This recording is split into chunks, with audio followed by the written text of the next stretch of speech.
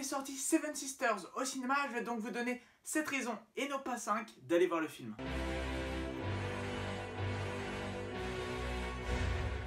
Le contexte du film se base sur une dystopie qui est très intéressante. En 2000 je sais plus combien, la Terre est surpeuplée et pour éviter une surconsommation des ressources, il est instauré une politique de l'enfant unique qui fait que tous les enfants des familles, sauf les aînés, seront tués pour sauver la Terre et éviter qu'on surconsomme trop ce que la Terre peut produire. C'est une idée très intéressante qui rappelle ce que disait le bouquin 1984 de George Orwell.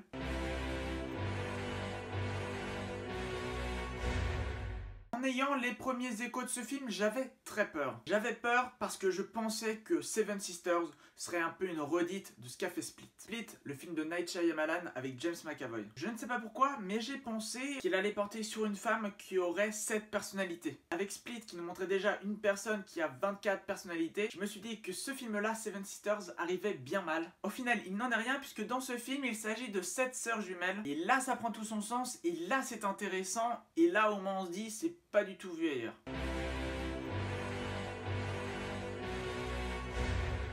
Le casting est également de qualité avec Glenn Close, Willem Dafoe et bien évidemment Noomi Rapace. Noomi Rapace qu'on a déjà pu voir dans Conspiracy cette année, où là elle avait un rôle un peu plus classique. Dans ce film elle a donc la lourde tâche d'incarner 7 personnages à l'écran. Bien évidemment avec ce type de vidéo je n'ai pas encore vu le film. Cette multiplication des personnages est une raison qui me donne vraiment envie d'aller voir ce film.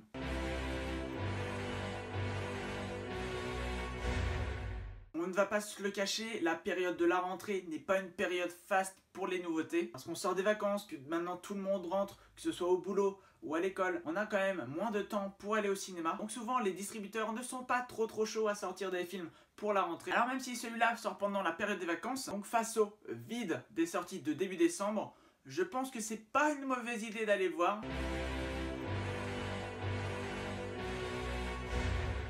Comme je l'ai dit, le film se base sur la multiplication de l'actrice en 7 personnages distincts, 7 sœurs qui sont jumelles mais qui ont toutes des signes distinctifs, mais tout en étant dans la même pièce. Parce qu'à cause de cette politique de l'enfant unique, elles doivent rester cachées. Elles doivent rester dans le même appartement tout le temps et il n'y en a qu'une qui sort par jour. Ça se voit déjà dans les bandes annonces, c'est une belle prouesse technique qui a été réalisée pour faire tenir minimum 6 personnages à peu près similaires dans une même pièce. Faire tenir 6 fois la même actrice dans un même endroit, c'est quand même une belle prouesse. Si vous n'êtes pas forcément convaincu par les points que j'ai expliqués précédemment, pour le challenge technique, c'est un film à voir.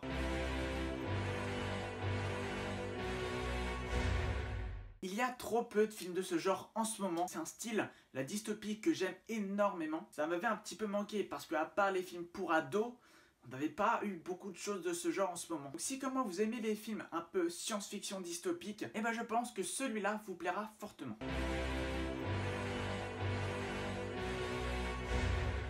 Une fois n'est pas coutume, c'est à vous de me donner la 7e raison. Pourquoi, selon vous, ce film est à voir absolument au cinéma? N'hésitez pas à me le dire dans les commentaires, je les lis tous et j'y réponds. N'hésitez pas non plus à lâcher un pouce bleu si la vidéo vous a plu. N'hésitez pas non plus à vous abonner, c'est très important, c'est un énorme soutien pour la chaîne. On se retrouve très prochainement pour de nouvelles vidéos cinéma.